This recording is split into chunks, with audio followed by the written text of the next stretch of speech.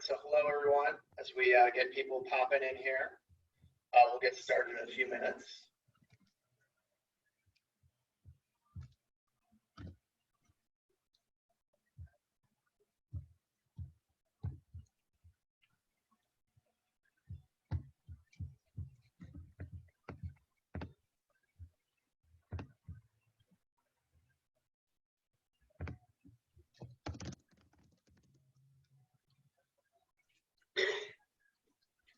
So as everyone's popping in here, I'll just repeat myself. Welcome everyone. Rocket, Dollar and FarmTogether doing this education today, just to really showcase our partnership and also, Farmland, one of the decade's most stable investment opportunities. So in a few minutes here, I'll just introduce Artem. Wait another minute or two while people pop in, and then we'll get rolling.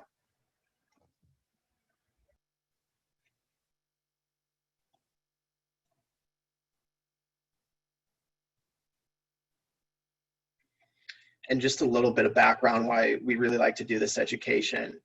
FarmTogether really offering a unique investment offering. We have a lot of customers who come to us from real estate, maybe they've done a startup investment before, sometimes cryptocurrency even, they may or may not have encountered a farmland investment before. So part of this partnership is just to really showcase, the other investment opportunities that are out there and sometimes can really line up with people's investment needs. So we'll get started probably once the clock hits about 2:03. I'll just introduce Artem here and get rolling.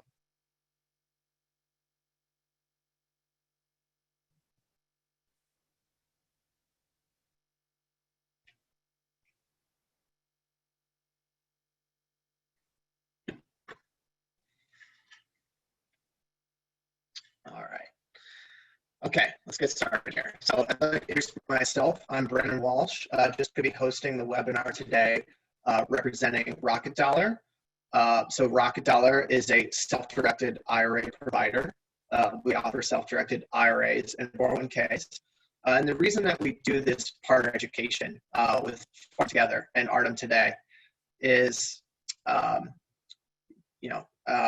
we really want to showcase investment opportunities and also to showcase our partners that can really provide that unique investment side. So I'm here, I might have a little bit of choppy sound. Artem's going to talk in a second, so I'm just going to introduce him and let him get rolling so we don't delay here. So Artem, can go to the next slide. This is myself, just coming from the retirement industry in Chicago. I used to be a financial advisor before here in Chicago, moved down to Austin, Texas to join Rocket Dollar. And what are we doing at Rocket Dollar? We're really trying to make the self-directed investing side more affordable and more accessible to people. Bring down that price, better service, and bring some technology into that game. And that's why we, are an API partner with FarmTogether. And why we like to showcase alternative investment providers like FarmTogether in farmland investing. All right, fantastic. Thank you so much, Brendan. Good to have you. So a little bit about myself. I'm the founder CEO of FarmTogether, and I come from institutional investing background in food, agriculture, and farmland. And when we say institutional, it's really kind of delineating what is personal, maybe sophisticated investing from a very professionalized science as much as art way of investing in things in general. And so we bring that science, that professionalism to farmland investing as well.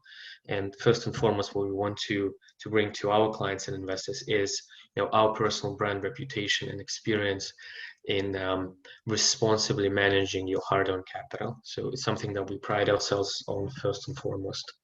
FarmTogether is a data and tech-powered platform for farmland investments. Our vision is to provide all investors with access to farmland and provide farmers and farmland owners with access to capital. And what's important to note here is that farming is the single most important industry on the planet. It's vital to how we live. I mean, it literally grows our food. And so we want to make sure that we drive sustainable and prosperous food systems that work for everyone in what is a very small and very connected world. Just we'll pause here for a little bit on the usual disclaimers around the information presented in this document. I'll just leave it here for a few seconds.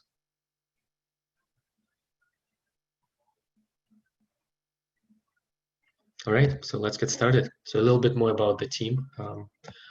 We come from institutional investment backgrounds. I have deployed over 1.2 billion into ag, and our investment director on the permanent crop side, Untitled Chapter, invested $500 million into this asset class more on the West Coast, where a lot of our teams are right now.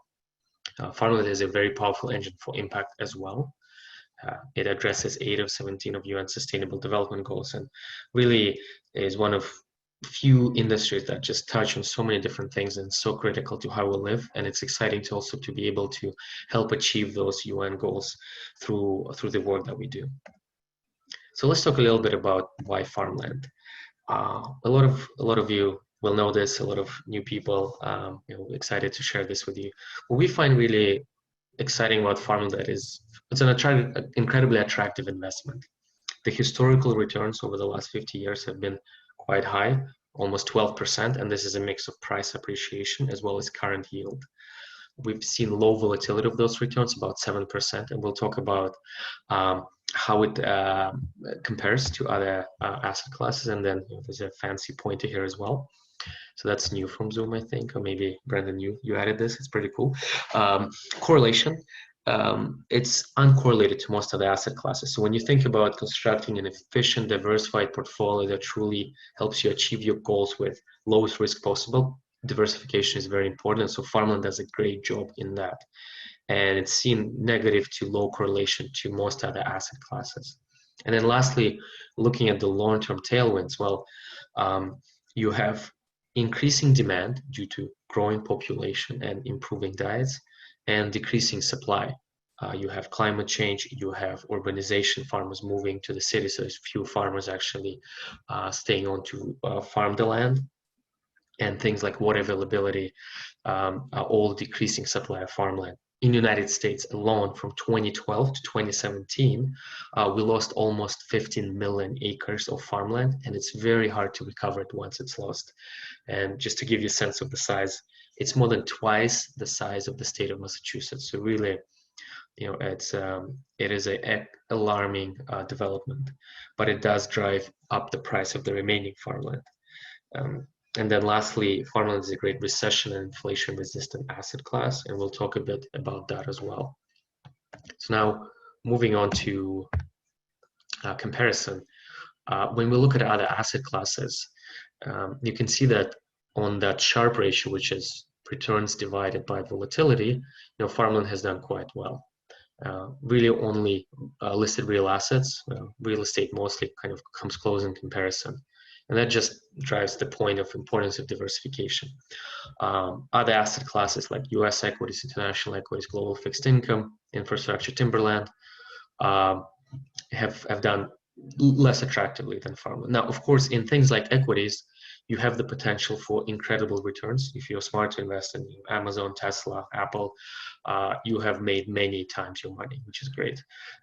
And so we're not saying that farmland should replace all of this, but what we're saying is that we think it belongs in a broadly diversified portfolio where still we think, my personal opinion, core of your portfolio should be stocks and bonds, but it should be augmented by alternatives, of which farmland, I think, is a core part. Just a bit more on the returns across asset classes. Farmland, you can see very stable, has some couple peaks when there's increased demand, but overall very stable returns. You look at stocks, you have good years, bad years, like the one we had just now, incredible rebound, 2008. US bonds, and here in red, it's also kind of stable but lower returns. And then gold, which is a natural hedge against inflation, actually has quite volatile returns. Now we're seeing a big uptick, 2013, so almost 20% decline. So quite volatile actually as well. And talking a little bit about correlation, just highlighting again here that farmland almost has no correlation to stocks, actually negative to bonds, a little bit with gold, and quite high with real estate. I think that's broken now. So we saw that, I think we're seeing some permanent impairment, what used to be considered one of the safest investments. Class A office space in New York, apartments in New York, places in big metropolitan cities that always have demand. People are fleeing that. There's permanent impairment in places like hotels, probably in some of those, ultra high class apartments. And so really just drives the point that no one knows the future, and what you think is safe one day might not prove out to be. So it's just important to build a diversified portfolio. Again, not trying to throw stones into any garden. All of these are vitally important asset classes, but I'll keep repeating myself is that correlation, diversification is very important. What's exciting about farmland is that so far it has been mostly overlooked, and look, now that is changing, but it's a huge $2.5 trillion market. In fact, if we look at it as a real estate market, it's the third largest market after single family housing and commercial real estate over here. Less than 2% is owned by investors, and most of it is owned by families, owner-operators, non-operators. And what's driving the change in farmland investing, farmland ownership is three things. One is this proliferation of private assets amidst persistent low yields. So we talked about that a little bit already. When you look at the treasury yields and interest rates right now in the world, and they continue going down, farmland is something that can provide stable, attractive current cash yields. And that's increasing the attractiveness of farmland to any investor, especially institutional investors. Supply and demand is in favor of farmland investing. So one thing to note is 70% of US farmland will change hands in the next 20 years.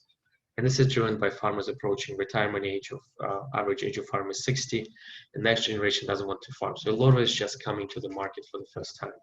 And then lastly, what makes farmland unique, and part of the reason that you haven't seen yet the same influx of capital that you've seen in places like real estate, infrastructure, timber, is that it's very fragmented. And so for non-tech enabled investors to invest something meaningful, like $1 billion, it's really hard, because actually 70% of US harvested cropland is in farms less than 5,000 acres in size and less than $10 million in value. And so if you think about it, it's a little bit like maybe single family housing and other markets where until technology presents itself, it's actually the smaller investor that has the upper leg. In a lot of markets, if you're kind of a small investor, you're not, Blackstone, you oftentimes are moving behind already bidder prices, behind already the smart institutional capital.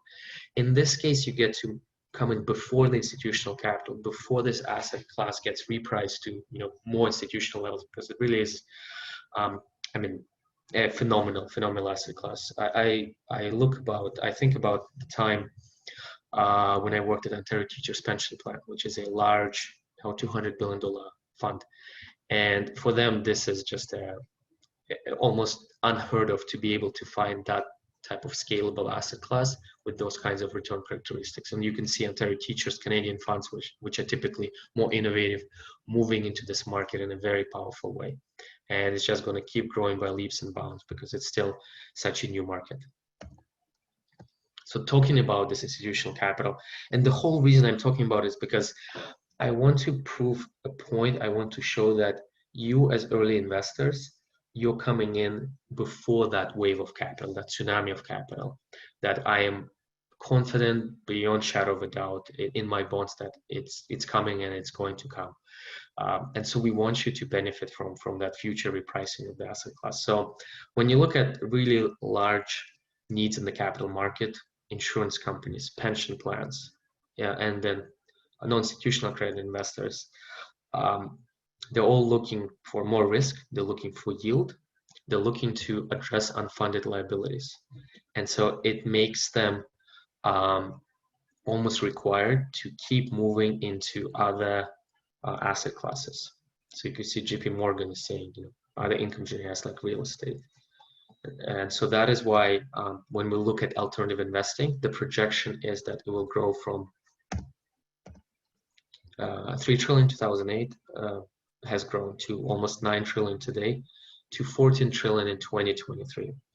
So this is one of the defining trends in the investing world is rise of alternatives. So let's talk a little bit about the last decade, how Farmland has performed, just jumping more into the details. What can you expect as an investor in terms of returns? So as we said, we expect stable returns with low volatility. And so in this last decade, we had a few years of returns that were in the sort of mid-teens, even reaching almost 20%, 2013. And then the last 5 years, we've seen returns closer to 7-8%, and Farmland moves in cycles, so we'll have periods of low returns, higher returns. With comparison, gold has had quite a negative time. Bonds, lower returns, but still, especially as rates keep falling. I think we'll see again, as we're seeing now. Real estate had quite good returns, but 2020 is going to be tough. I mean, you're looking in some ways permanent impairment of capital. And then stocks, this year has been great, of course. I'm sorry, last year. I mean, this year has been great if you invested in March.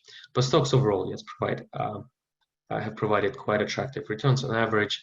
And again, I think stocks, it's very much you can truly, if you get the right manager, if you pick the right stock, you can do really well, but you can also lose more money. So it's a question of risk. And I think for us, Farmland, we just always say it's kind of the salad, the healthy, boring part of your portfolio that is invest and forget and brings you that stable price appreciation income for many, many years, like literally decades to come. I mean, we have a client that invested for 40 years right now. So really lends itself well to, what we talk about also, retirement investing. Just a bit more on the returns. And by the way, I'm seeing the questions here, so please keep it coming. You can see Q&A in the bottom, and we'll address those questions at the end of the presentation. So just talking a bit more about the returns here. So Farmland is represented by the NCREIF Farmland Index. It's institutional index of returns. And then you can see in the bottom other sources. So we had, great decade for stocks. I think wide belief right now is that whether you look at BlackRock, you look at other large institutions, how they project returns of the asset class in places like stocks, that long-term 5-6% is the return expectations. And then real estate, of course, had a great decade again. I think we'll see bifurcation of real estate, things like warehouses, maybe housing in what used to be second, third tier cities will go up, and then other real estate will have real issues. So a little bit more about farmland types.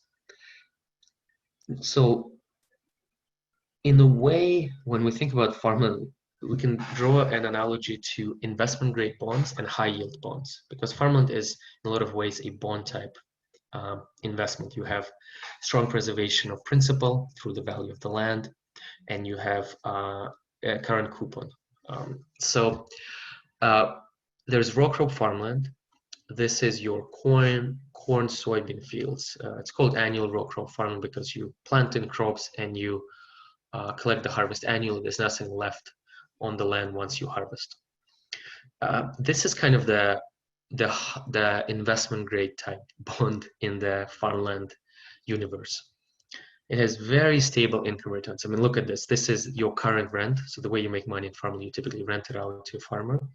Then you had periods of low appreciation and a few periods of high price appreciation. During the financial crisis, there was a big rush to farmland, 2012-14, so it increased due to commodity prices and just incredibly stable current income, so very attractive there. So this is a total return. Now, if you look to the right, you'll see permanent crops, and this is kind of the high yielding, high risk part of the landscape. Permanent crops are your tree nuts, your apple orchards, citruses, pistachios, walnuts, hazelnuts, all those types of farms. These typically require a more involved operation. The prices that can be more volatile. It's also a smaller market, and so as you can see, the income can definitely be much higher. Appreciation can be quite substantial, but you also get negative years. Things can go south for a few years. Overall, the same trends persist. People, as they get more affluent, as they earn more money, they want to eat better, and fruits, nuts are typically the more premium part of the diet, and so that leads to kind of higher returns overall, and still for example, for almonds requires a unique climate that's only present in California. 80% of global almonds are produced in California, and so it's a really unique market where it's just not that much supply that you can add. Although of course, you get bumper crop years and other years. So this is just a bit more about this market. Looking at annual row crops, this is just a bit more of a breakdown of the returns here. So a few more key highlights on farmland in terms of inflation and why United States. So one thing we mentioned is inflation protection. Farmland outperformed S&P 500 by almost 34% during 5 periods of high inflation in the 20th century. And that's because ownership delivers those benefits of commodity price inflation through increased rents and value appreciation. Row crops are used in thousands of consumer products. It's your feed, your fuel, your fiber, your food.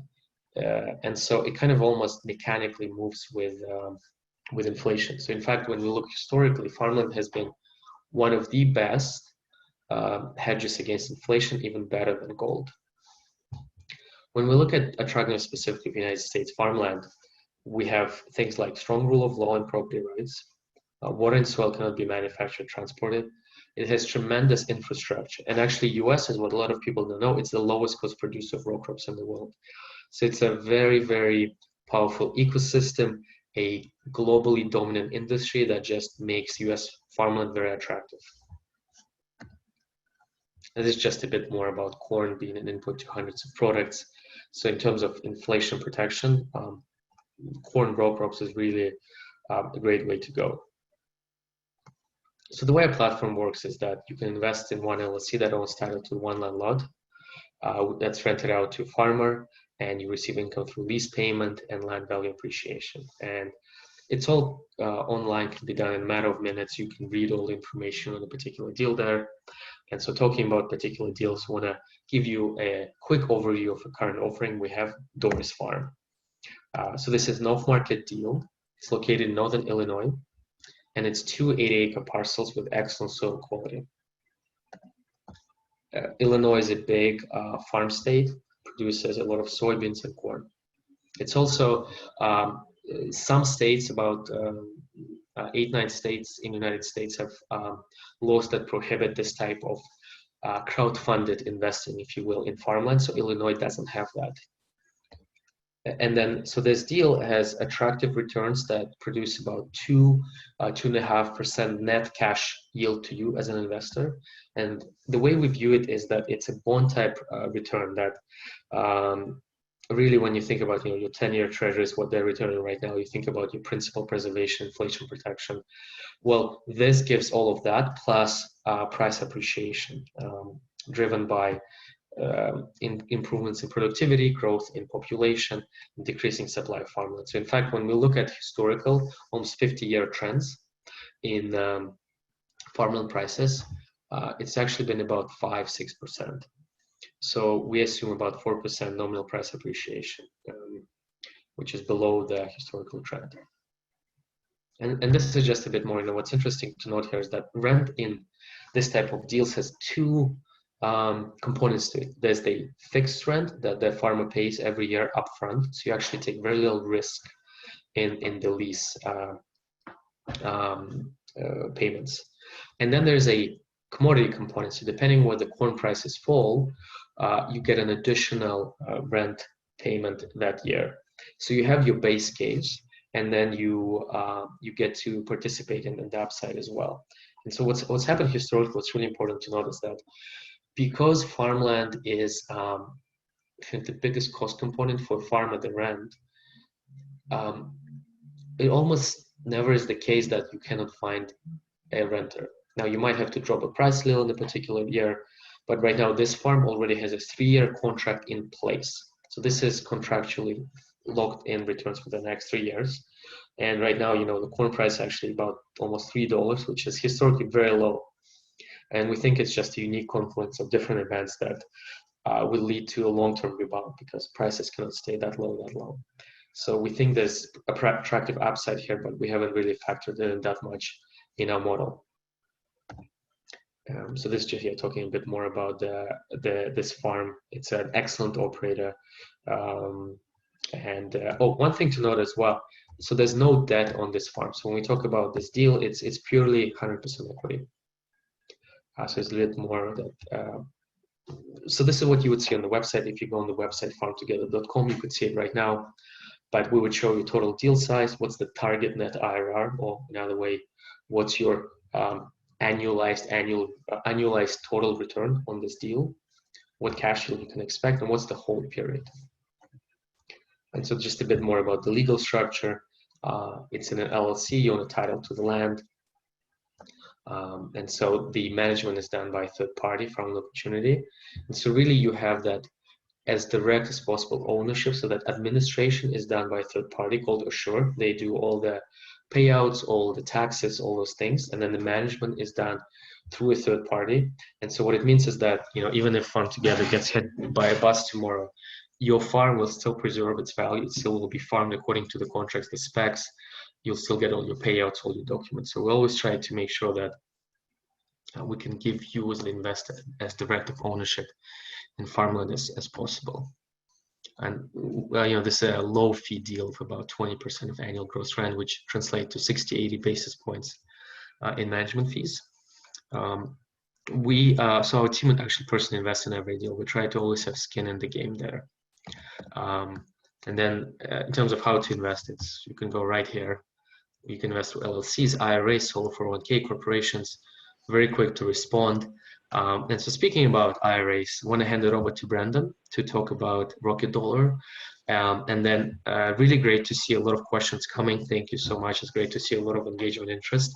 I think we have plenty of time to go through all of them. So Brandon, with that, I'll hand over the controls to you. And we'll go from there. Yeah, and Artem, can you just feel free to push to the next slide for me? Okay, yeah, let me do that. Yeah, one second. Yeah, just that would help on the controls. And my last comment before I jump into Rocket Dollar, my brother was a soybeans trader, the commodities trader in Chicago. There's so much activity going through Chicago trading these assets all over the country. So it's very cool to see FarmTogether give people access to that and directly the farmers on the ground floor.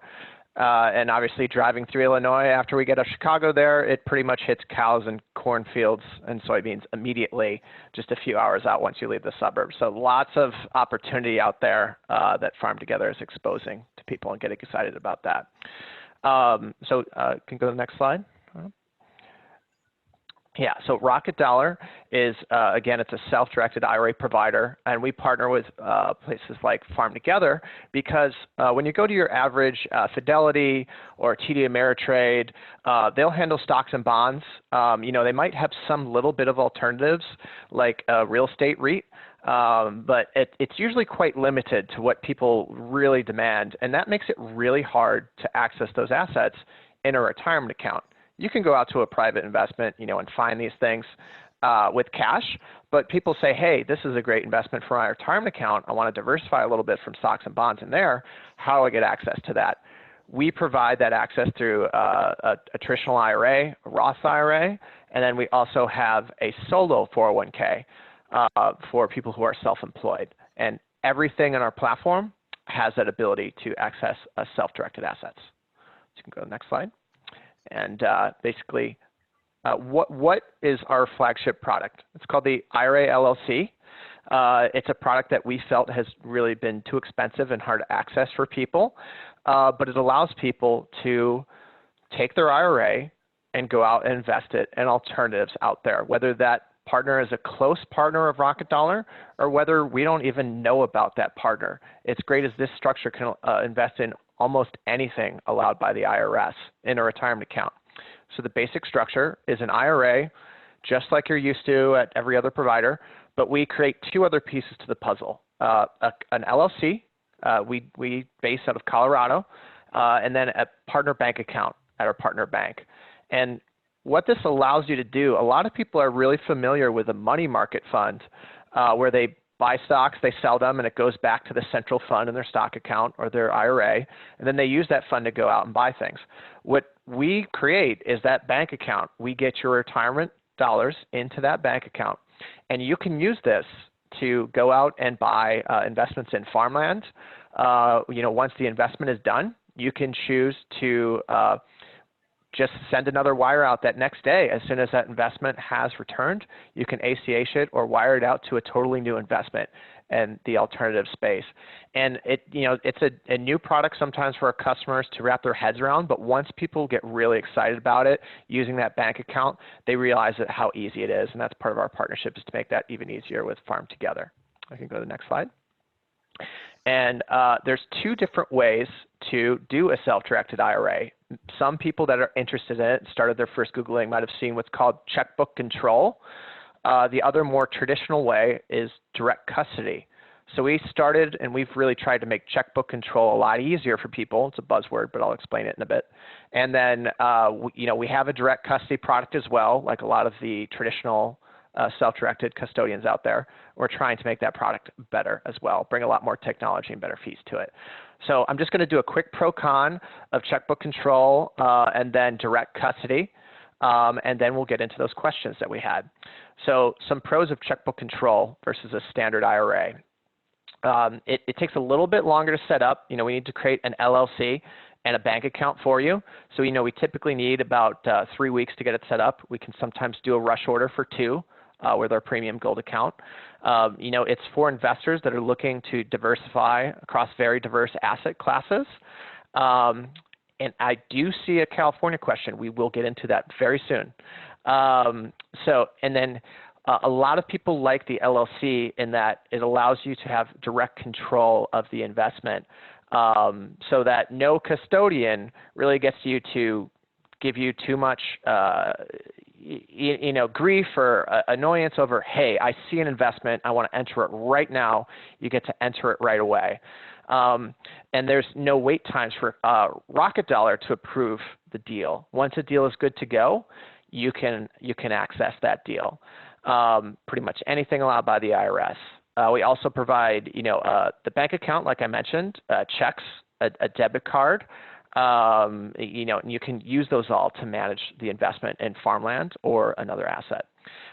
Some quick cons, sometimes it just takes a little bit of time to set up. So if people have a deal next week, it's really tough for us to make that. We need usually at least 2 weeks to be able to get someone into a deal. And it's a new structure for some people. So sometimes people need to go through some quick education like this to, see the full benefits of it. And just on that note, Brandon, if you, the investor, reach out to us and say, look, I started this process, but can you hold the room for me? Because a lot of our deals, most of our deals, go faster than 2 weeks. Sometimes they can get sold out in a matter of days. So if you email us and ask to hold your reservation, then we will, most likely. So don't worry about that. We're flexible, and we understand in a lot of ways, the self-directed IRA is a new thing. We really want to make sure that you take your time to do due diligence, understand both the investment and the IRA process. And so please don't hurry just because we feel the deal is selling out. We'll try to hold room for you as long as we can. Yeah, and that's a great comment, and a lot of that's great of FarmTogether to do that. And what a comment I'll say to add to that is you'll never know unless you ask. So sometimes people see a deal provider and they see it's closing in a week and they go, oh, I missed it. If you ask a deal provider, Artem here, they're willing to work with you. Just ask and see what the answer is. Say, hey, I'd love to do this through an IRA. I really would love to put this in a tax advantage Roth account. The great tax advantage. See what they say, and see if you can work out something on the back end, and they, usually be happy to work with you. And a customer had a question about California, and this is a big thorny issue for our California customers. I'll get into direct custody because our IRA LLC product has an LLC in it, and unfortunately, California likes to tax any LLC that breathes $800 a year, which that really sucks. It makes the IRA LLC a lot harder to use there. But the great thing is we have a direct custody product as well. And we're constantly working to try and make that better for our California investors. So I'm going to jump into that right now. The structure is much easier to just hop in there. It's basically just a IRA similar to like you'd have at TD Ameritrade, Charles Schwab, et cetera, the traditional custodians. However, just like TD Ameritrade and Charles Schwab will decide to allow a certain stock or alternative, these custodians are very open to allowing a lot of different types of alternatives onto their platform.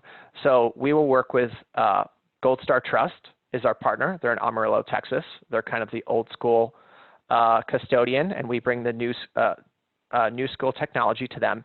We formed a great partnership there. So how does it work?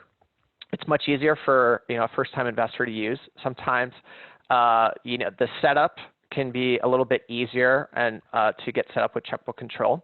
And you go through an investment deal review process with the custodian. You say, hey, I sign up. You get your IRA open. And you guys say, hey, I have a farm together investment that I'd love to do. And our custodian partner, Rocket Dollar, will help you work with our custodian partner in saying, hey, this customer would like to do this deal. Let's make sure they get it approved. And the great part is that once our first customer goes through a certain deal, after our custodian partner has looked at it, we can go right through. The next customer can get right on top of it. So as a couple people do a farm together investments with a custodian partner, it just gets easier and easier. So just some quick more pro cons. Sometimes the expenses can rise if you do a ton of investments. A great thing we just updated with our Gold Star Trust is we eliminated all of those per investment fees.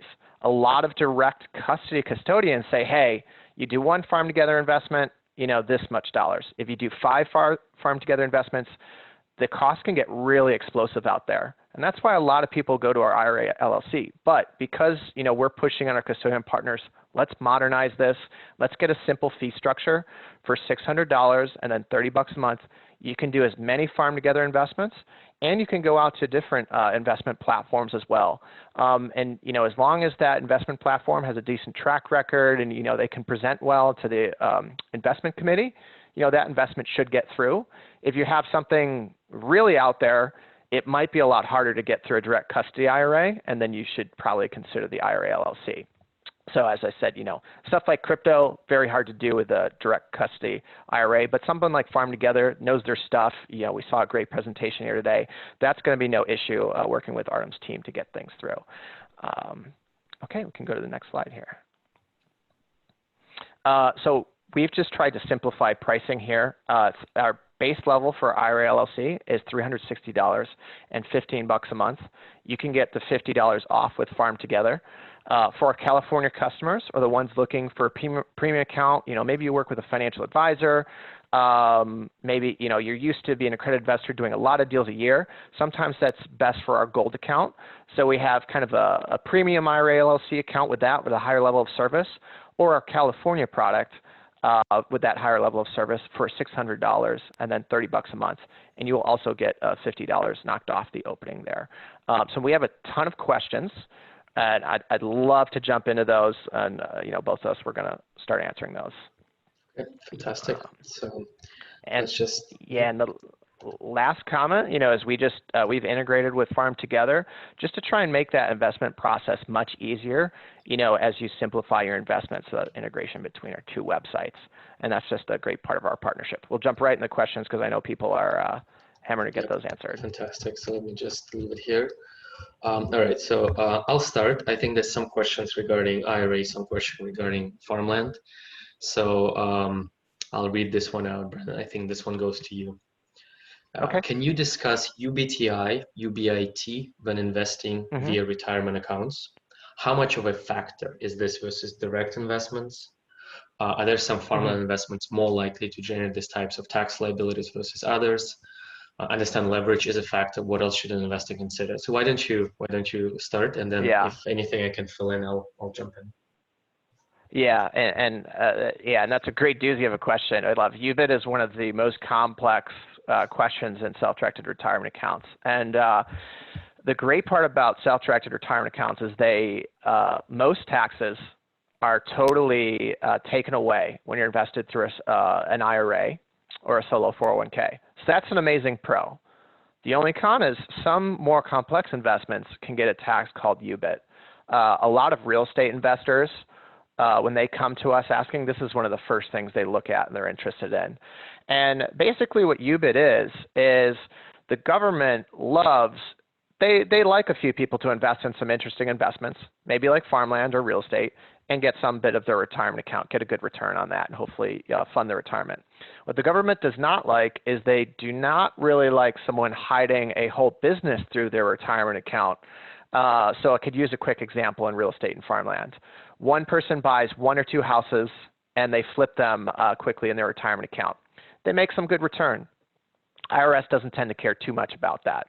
And then there's a farmer there's a farmer that maybe invests or loans money into a farm down the road. They really going to care too much about that? Probably not. And for a passive investment, UBIT is usually totally exempt on like a platform for FarmTogether. However, if there's a certain structure, maybe it has a lot of debt, maybe all of the business activity is fed through retirement accounts. Maybe there's a consortium of small investors, not like like a organized offering like FarmTogether, but like 10 investors that say, hey, we're going to put all of this farmland totally in a retirement account. The IRS will look at it and say, that could be potential for a UBIT tax because we don't want you really hiding a whole business in there. We need to get at least some taxes from it. So it's a complex question. I'd love to handle it off chat. And Artem and I can also comment more on specific FarmTogether investments, but basically a lot of business income or a lot of debt can sometimes lead to UBIT. You just have to make sure you're protected from that as an investor. So it's a good thing to ask on debt featured investments and very complex structures. Let's go to the next question. Yeah, thank you, Brandon. Yeah, it's would love to give a simple answer, but unfortunately, it's one of those where it depends, and it needs to be on a deal-by-deal basis. And as always, we cannot and do not provide tax advice, so please consult your tax attorney. But I think Brandon gave as good of an answer as we could on this call. All right, so moving now to some farmland questions. Do the underlying crop yields on farmland have a significant impact on value? If those slow down, what will be the headwind to returns? It's a great question, and it depends on the deal. So if we go back to row crops and this deal, so the Doris farm, very little. In fact, you're getting paid just a fixed rent that doesn't depend at all on the yield. The farmer takes on all the upside and downside risk of the yields. If they do a great job, they collect it more than they expected, you still get the same rent exactly. If they had a bad year, didn't do their job, you still get the same rent. And the rent is paid up front, so you take zero harvest yield risk. It's really attractive. Now, because of that safety, as we discussed, the returns on row crop farmland are lower. So let's see where, as you can see, they're lower. Now, where yields come into play and prices isn't permanent crops. Typically, permanent crops, let's say an almond orchard, will be more of a direct operated model. And what we mean by that is that FarmTogether will contract it to a reputable, established, well-capitalized, professional operator, which is oftentimes a farmland family, a farming family that has decided that they don't want to be taking the risk of yields of crop prices. What they do, what they're the best at, is being farmers, and they'd like to get paid for that. And so typically this really professional businesses, I mean, they do a great job, but again, what's great about it as well, it's all typically families that just have become more professionalized. And so in this case, you take more of that risk in yields and prices, but the returns can be higher. So I think I answered that question there. So to what extent is FarmTogether getting involved in the actual management of the properties? Our role is to select and buy the best properties at a good price, is to select and provide oversight of that farming manager in the case of permanent crops, or to select, rent it out to a farmer. So we, I mean, these are people who have done this literally for generations, so they know what they're doing. Where we come in is in applying more of the ag tech that is emerging now, applying learning from multiple properties to one particular property, and providing oversight of the budget to make sure that there's nothing funky going on. So there's a level of oversight there that will continue increasing as the years go by, especially some truly fascinating ag tech out there. Overall, we let the professionals do their job. All right. Is there a professional? Let's see. Is there a professional farm operations group being formed to replace individual growers? No, this is oftentimes it is those individual. I mean, all of it is individual growers in this case. 12 families. Just to highlight maybe again this point, 98% of farmland is owned by families. Of those, 60% is owner-operators, so people who own and farm their own land, and the rest is owned by kind of more individuals, by sort of informal investors, if you will, that typically is rented out to individual growers. Okay.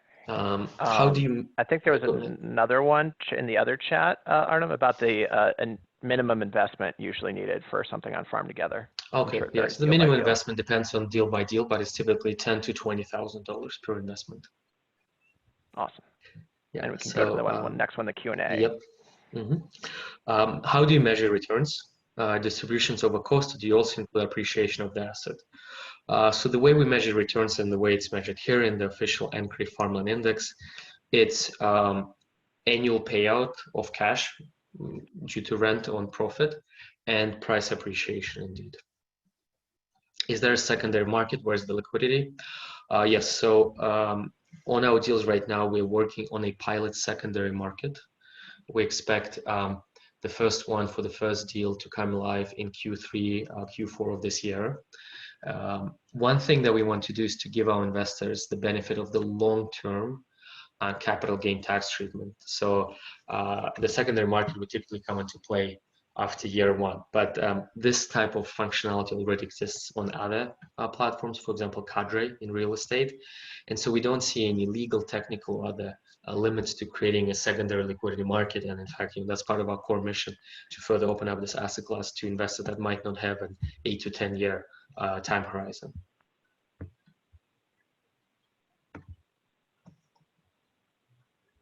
Okay, fantastic. So just a question about FarmTogether track record. How many deals have we done? The team itself, our investment director especially, who is more focused on the permanent crops, he spent 5 years at Prudential, which is one of the oldest, largest farmland funds there, deployed over $250 million into farmland, and we cannot and are not allowed to disclose, of course, and we don't know the returns of Prudential, but they've been around for a while, so they're definitely doing something right. Our first deal, so the thing is, this asset class is new. If we had 10-year track record to show them, this asset class probably has already happened. So our first deal closed in September of 2019, so less than a year ago. On that deal, we have seen already some data points where the first harvest came about 10% above our projections in terms of yield and price, so that was great. And from what we're seeing right now in the field, the yield projections for this year are looking higher than returns as well. So overall, look, we look to underwrite at prices at or below market. We look to underwrite at crop prices that are at or below 5-10 year historical averages. We do a lot of work, a lot of due diligence on everything from climate to water to soil to farmers to end markets. We literally have 100+ point checklist that goes into underwriting every deal. So of course, look, we're still here to prove our capability and our professionalism. So we look forward to sharing more on the deals as we get more information. Definitely want to be very transparent there. So the question is, seems like row crops don't provide more income as commodity prices rise. Is that correct? They don't provide as much income as commodity prices rise, but they do provide some higher income. But it really depends on how you structure a deal. So for row crops, we have seen our clients looking for truly that very stable capital preservation with some upside investment. And so we try to find that most defensible lease type. But if you look at this table, you can see that depending on the price of the crop, the rent does increase. So there is quite a bit of upside here, but you do have a floor as well. All right, so moving on. By the way, thank you so much for all the questions. A lot of great questions. Hope we get to all of them. Will FarmTogether be offering more buy and hold deals owned for cash distributions for retirement income? Most deals we have seen are shorter holds, less than 7-year hold, with less emphasis on income cash distributions. Oh yeah, absolutely. In fact, we're looking right now at deals that after maybe a couple years, a little bit more in development, or even immediately provide more of that current cash income that starts from 4 or 5%, and then in later years, especially if it's really long-term hold, 10, 15, 20 years, goes to something like 10+%. So personally, I'd love to invest into something like that, so that when if I make it to retirement with this job, I can enjoy that stable income. So yes, absolutely. And yeah, just a comment from Brendan here. Just having those extra options at stable income, with the weirdness in the bond market and all that going on, that makes it a very interesting proposition with that stuff in Farmland. Yeah, definitely a lot of investors we've seen who want to escape what they see as reckless printing of money, escape potential inflation, and get into something that will preserve the capital move with inflation, but not be something crazy risky. So, all right. Is this classified as a passive investment for tax purposes? Yes, so it's passive investment, and so you would be receiving K1, which is a flow through to your individual income tax filing. Brendan, I don't know, there's questions, for example, if this farm that we have, Doris, is in Illinois, would there be a tax paid to the state as well? I'm not sure if I can answer that. Yeah. So we do a Colorado LLC, and people always ask, whoa, do I have to pay taxes in Colorado and now Illinois and now whatever state I'm in? The answer is no. So the Colorado LLC that we create for each customer is what's called a disregarded entity. So even if you do have a K1 and let's say the IRS ever did come ask a question, part of our job at Rocket Dollar is the reporting and saying, hey, here's your self-directed IRA, here's all the value in it. You tell us what the investment is, but you just keep record of that, and you would say to the IRS, hey, this is all inside an IRA, this is a disregarded entity, and they would say, okay, that's good, thank you, you don't have to pay any taxes there. So that's part of our structures, just to assist with that and make sure the IRA stays compliant, so that someone doesn't make a mistake by doing an IRA on their own and get all the tax benefits distributed and have an issue with that. We can go ahead to the next question. Thank you. I think a broader question is, what are the FarmTogether fees? So it really depends a little bit on the deal. Some deals are more complex, some are less so.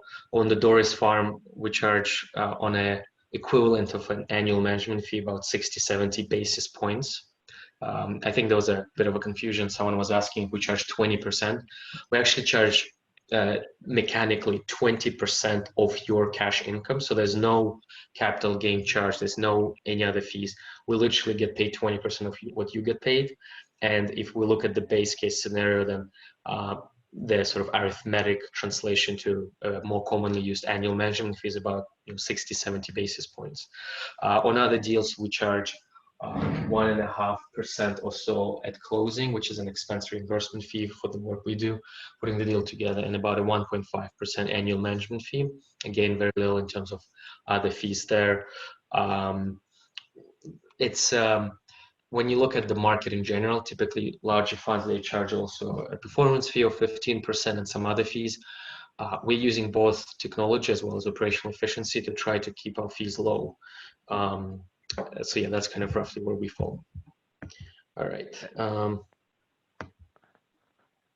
There was a net asset value question, quick, I think, kind of related to your fee question that just came in. Do you wanna read it?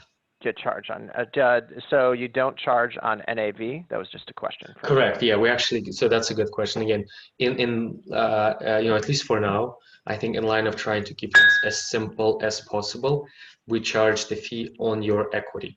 So if you invested $100, we'll charge 1.51%. No NAV, correct? Okay, and I think these are kind of related. Does the LLC manager charge? I think that might be related to your guys' structure, Artem. And is it like a REIT where the holding company buys the land together for all the participants, or we buy the land and the land is entitled in our name? Yeah, so as much as we'd love to say, there's 30 investors in the farm and everyone has a piece of the title, title is a non-divisible thing, which is this land, this lot, and it's kind of whole. So what you own is a unit in the LLC that owns the title to the land. Altogether, you still own that LLC, and we just have a management agreement with that LLC, but unfortunately, your title doesn't get split. Yeah, and I think a related question just popped in that you answered earlier, Mhm. Artem. It said, what happens if Farm Together goes out of business? I think you mentioned something about the continuity of the structure. Yeah, you guys that's set up. obviously a great question. And in the spirit of us wanting the investors to have as much of that real asset ownership, we have two things there. One is there's a third-party company called Assure that is widely used in this type of alternative investment space. They do administration of every deal, so that's cash payouts, that's your K1s, that's kind of all the sort of the administrative part of the work. They're well established in Utah. I think they have over 5,000 entities under management, growing, and just excellent guys all around. On the sort of actual farm management side, because it's a look, we don't actually do the farming. There's an operator there that's contracted to. Now, of course, we still want a little bit of oversight there. So what happens if we all go hit by a bus? Well, I don't think that's actually going to happen. We're also well funded and backed by great VCs and earning revenue. I mean, that's what the fees are for. So we're seeing, a very near-term path to profitability, sustainability, and are on it already. There is the management fee, and so let's say if for whatever reason, like Farm Together were to go under, we as individuals, we're all still in the farming space. We still care deeply about the performance, and so it's likely that that little part of oversight that is still required would be either handed over to any other asset manager in the space, or more likely we ourselves personally would just use that to continue providing that oversight using the fees. So there's multiple layers of defensibility, but with all that in mind, like we're hiring, we're growing rapidly, we cannot handle the demand right now, so we need to be adding more farms. So definitely, we're here to stay, and this is a long-term business. So and we're relatively kind of we are old enough to be doing this quite well professionally, but young enough to be in this business for many decades to come, which we hope we will. It's a great industry. So Brandon, now handing over to you for some IRA questions. Yeah, a couple in a row here that I'm going to get to. So what's involved in transferring an existing self-directed IRA into a checkbook IRA? And one thing at Rocket Dollar is we wanted to make this just as easy as moving from Fidelity to Charles Schwab. We've done about over 82 different rollovers and transfers with different institutions. Fidelity, Betterment, Wealthfront, Merrill Lynch, et cetera, et cetera. So we know that. We do that every day. And basically, you'll just sign some paperwork. You'll give us a statement. And this is the only time Rocket Dollar takes what's called like move money control over your money. You approve us to kind of pull your old account for a rollover to your new IRA with no tax implications. And then, some customers will also say, hey, I'd love to contribute $6,000 new for 2019 or 2020. And our team will help them, assist them with that. And then Jennifer asked, is it possible to add rental properties or maybe like a farm together investment that you had before into the IRA LLC that is created? And the answer is no. It's very important that any personal investments stay totally separate from retirement assets. You can invest in different farm together deals, but if you're doing one with your IRA, it's very important that there's a fresh one, a totally new one, new paperwork, and do new paperwork and be very clear with that with the investment provider. And I think someone was asking, hey, I don't know if I like IRA LLCs. Is there tax enforcement in the IRA? Does the IRS target these? And the answer is people doing just a passive investment, one or two, they do not have any issues. It's really the IRA LLC has a lot of freedom. So the people that have issues are the ones that really decide to push the line as hard as possible. They might be mixing their personal investments with their retirement investments. And that's honestly, those are the only people we allow a lot of freedom to our customers, but we've closed some accounts for those people. That just, you got to handle it responsibly. You got to be able to work with the account and, know what you're doing with the IRA LLC. And so some people will like our direct custody product. They're not a financial advisor, but there is just a basic guidance saying, hey, this is okay for us to hold this investment on our platform. So if we're comfortable with it, you should have a general feeling of comfortable with it as too. It's not a financial advisor saying this is a great or bad investment, but at least saying, hey, this is compliant, you can handle it. The people that go for the rules and follow the rules, they're not going to have issues. And people are asking, is a accredited investor status, does that matter in a self-directed IRA? Very easy answer here. You can open a self-directed IRA whether you're accredited or not. It is available to anyone. But depending on what type of deal you're entering, those same accreditation standards will pass back to you, to the person. So if FarmTogether needs someone to be an accredited investor, or if another platform needs someone to be accredited, then that accreditation will pass on to your IRA. But maybe there's another investment that does not need accreditation, and you can go into that. Artem, do you just want to comment quickly? Are all your deals accredited only, or do you have some of both? For now, it's accredited only. We're working hard to add non-accredited in 2021, but unfortunately, it's only accredited. Yeah, and a comment from Rocket Dollar is just, we know, we have some investors with big accounts and we have some investors with small accounts. When we get to, 2021, we have some interesting stuff coming up here. We have a stocks and bonds tool that's going to be coming out. That's super exciting, where you can trade stocks and bonds and then you can trade alternatives. We know that it's tough sometimes if you're not accredited to get into some of these deals. So we love that, FarmTogether is working on that. We're working with a lot of partners saying, hey, how can we get some smaller dollar investments that people, that might just not have a giant IRA or $50,000, or, the 10,000 and 20 is a great level that FarmTogether's offering, just to let people in, for these smaller levels. And crowdfunding is really increasing too. So we're seeing kind of a changing tide of the SEC and FINRA. They're finally slowly opening up a little bit of drip more to non-accredited investors into alts and letting non-accredited investors dip their feet into different opportunities.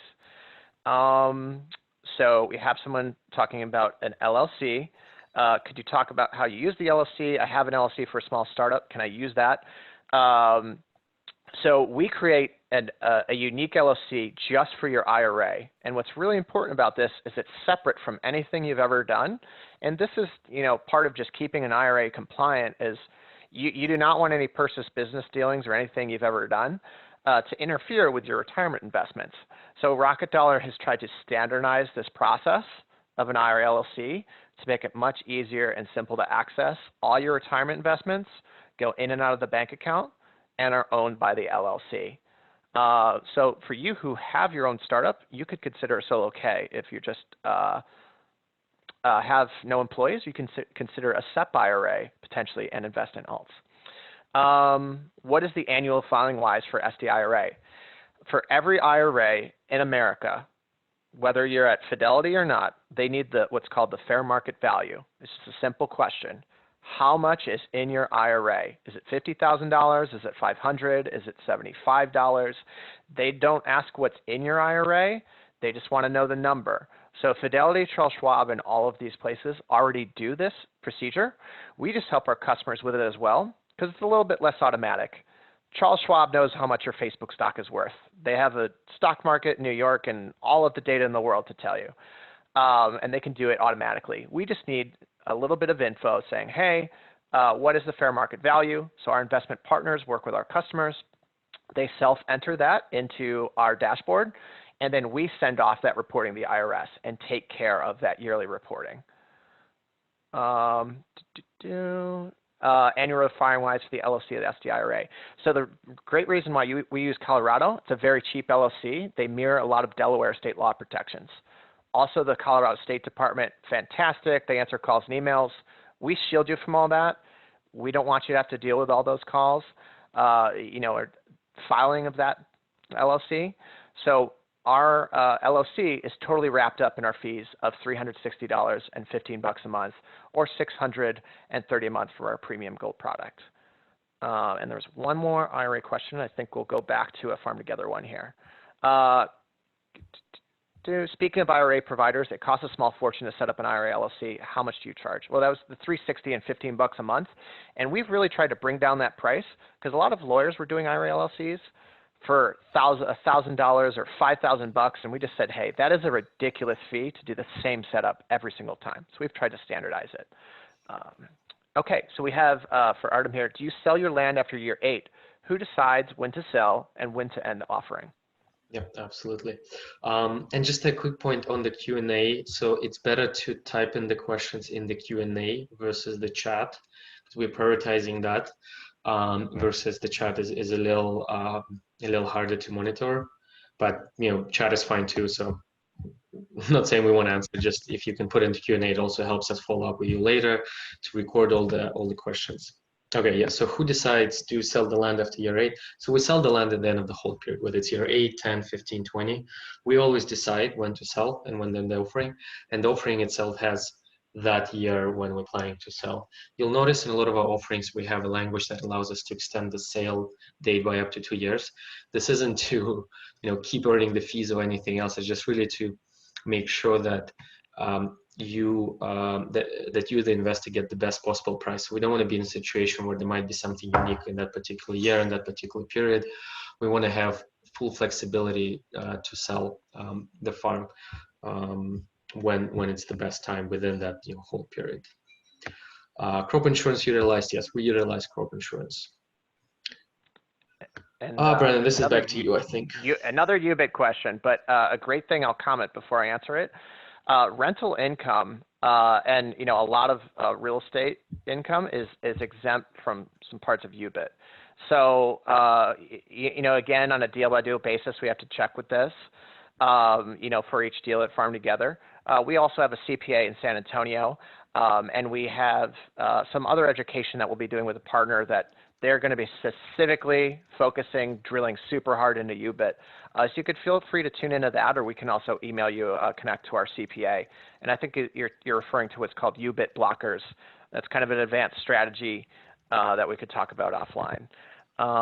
What options are available within RD checkbook IRAs for short-term parking of cash and provide some earnings? So we've been working with some partners on some more short-term instruments. That stocks and bonds tool we're really excited about that. Don't have an exact date, so don't want to promise an exact date, but it will be hopefully rolling out in the fall, late fall. And that is going to have a lot of the New York Stock Exchange assets, which has obviously some shorter term assets.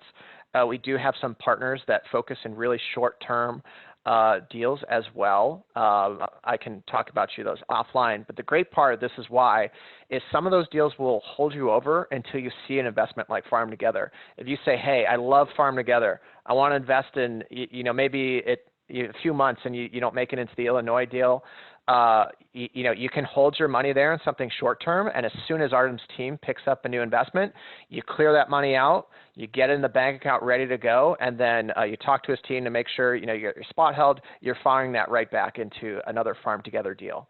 So that's part of a need that we're continuing to work with on our partners on some of the short-term stuff, because you can be ready to fire off. Okay. What's our next question here? How does the unrealized appreciation of the asset get converted to a tax return? I can take that one. Yep. When it's sold, right? That's how. Yeah. And what are the expected net returns in your website deals after all fees and expenses? Yes. So all the expected net returns on the website are after all fees and expenses, correct? So what you see, cash yield returns, this is net of everything. This is what you get. Yeah. And I have the next question. It's an IRA question. So someone asks, they're actually thinking about a solo K here. So someone asks, is there a reporting requirement if they're $250,000 or greater? So if you have a solo 401k, you have a document that is very similar to an HR or a boss or accountant fills out for their 401k plan at a job. And they make it a lot easier for a solo K. It's called a Form 5500. If you have any friend that works in HR, they will know this document. Not all CPAs are familiar with it. Not all customers are familiar with it. It's not too bad. That is just for a solo 401k. And you have to. We help our customers with that. In our Gold product as well. We do the Form 5500 for them. We offer some basic guidance for our core customers. For IRAs, every IRA in America needs to fill out the fair market value and the 5498. And again, we do that automatically for any IRA customer. We help them do that. They report their value. We get it to the IRS. So next question, Farm Together. If appropriate, does Farm Together consider selling prior to the target year? Yeah, and just a quick shout out to everyone attending. We're going way past the hour, so it's great to see so much interest and so many people still tuning in and are curious. So it's an honor to be able to share all this information with you, and thank you. To answer the question, would we consider selling prior to the target year? Rarely. It really needs to be someone shows up and says, I will buy this for 2, 3, 4 times fair market value. We don't expect it to happen unless there's some sort of real estate development, a solid development we struck, I don't know, oil or gold, uranium, I don't even know what. So typically, because there's a lot of investors in a particular deal, we really need to stick to the parameters outlined in the deal for everyone.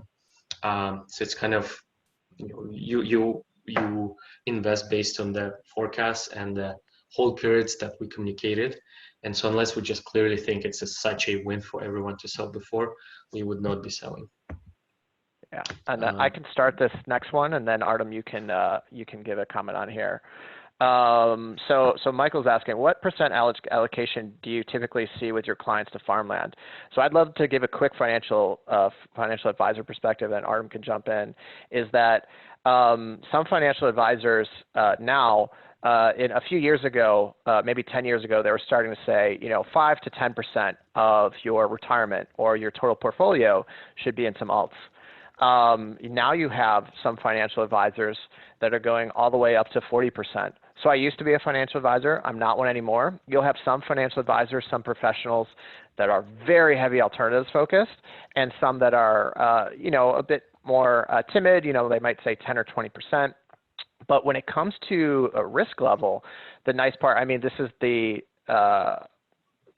title of the webinar here. It's one of the most unstable investments in the last decade.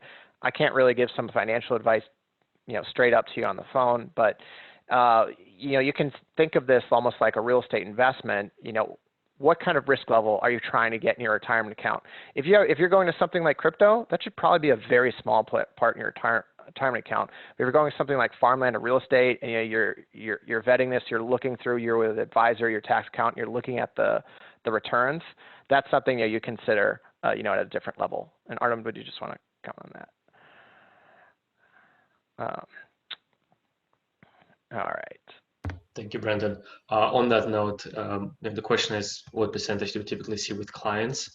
And overall, I would say it's anywhere between 3 to 10% that we have seen. Again, this is, to Brandon's point, we're in no way giving kind of portfolio allocation advice here. It's just what we have seen with aggregate with clients. And some clients that come from that farmland background, have seen much higher, right? Because they know what they're doing. They also invest with sort of buying fully a farm in their own name. And so we have seen higher percentage there too. Yeah. Okay. And we've gotten a few questions about, like, can I see the slides with the Illinois deal and everything? We'll be sharing all this afterwards. Rocket Dollar will also be putting the webinar up on our website. So we'll definitely get this all out to you. We have the emails from the presentation if you signed up. Yep. Okay. All right. So there's some other questions like how many deals have we done in the past? So on the Farm Together side, we're in the kind of the Farm Together one. We definitely, so there's some deals that actually happen off the platform where it's individual clients buying a farm in their own name, which is a bit of a different investment product. but we have done, let's just put it this way, more than 10, less than 100 in terms of the deals that the team has done before, would be in dozens. Those were also a lot of them larger deals. We're talking deals 50 million, 100 million, so they're just more involved. But we, especially with our advisors, it's probably in the hundreds now. For example, on the row crop side, we work with Farmland Opportunity, which has been in the business for 10 years. They have done a lot of deals, managed over 90,000 acres and $500 million under management. So we rely on them. Our farm management and farm acquisition consultant advisor on the permanent crop side, he's a multi-generation farmer who managed over 20,000 acres for Prudential. So definitely relying on a lot of expertise, and whatever region area we go in, it's very comprehensive due diligence with local teams on soil, water, leaf, on the local labor market, on the local transportation markets, storage. So it's a lot of just first principles analysis that goes in to really understand what the land is worth. Okay. All right, and the next one is to you, Brendan. Yeah, this one, will Rocket Dollar be involved in all future farmland deals? There was some stuff about accredited too, so remember the accreditation standards are just going to pass on to whatever Farm Together has. Mm-hmm. So we have, Michael is asking, will Rocket Dollar be involved in all future farmland deals? So, we're a partner of Farm Together, and that's great. We love that we're, building our businesses together here. Rocket Dollar customers, they're choosing their investments. So what we like to do is we create the IRAs and the self-directed vehicles for people. They go out and choose their investments. So we're working with Farm Together on education. We've talked about doing some lessons together. We're going to keep doing that. We love to keep people educated on that side. As far as the actual deal itself, Rocket Dollar does not provide any investments. I want to be really clear on that. So anyone on our partners page, these are people that love to educate on the space. These are people that know how to take retirement funds. We've connected our API to Farm Together. But when it comes to the actual administration of the deal itself, we're helping you hold it. Farm Together is the one actually managing it, going through that structure as they presented today. And that holds true with almost all our partners. And there is liquidity constraints and what is your exit strategy? Are there any liquidity constraints and what is your exit strategy? I think these are for you, Artem, and then maybe we can finish up unless there's any. I think we addressed those already. Okay. But again, this is market and the exit is selling the farm. Yeah, Brent, I think this has been great. We're almost 20 minutes over. I know there's a few questions we didn't get to. You can email us info@farmtogether.com or ping Brendan or me. I'm at Artem, ARTEM @farmtogether.com. But yeah, unfortunately have to run, but this has been fantastic. Really happy we did this. Great. Yeah, and just CC info@Rocket Dollar and info@FarmTogether for any question that if we somehow missed it. This is amazing. Thank you so much for 44 people. Everyone, staying here to the very end. Almost 100. With us so long today. Yeah, we had a lot earlier. We had almost 100 earlier, and there's a lot of people still on here. So I really appreciate it. Thank you so much.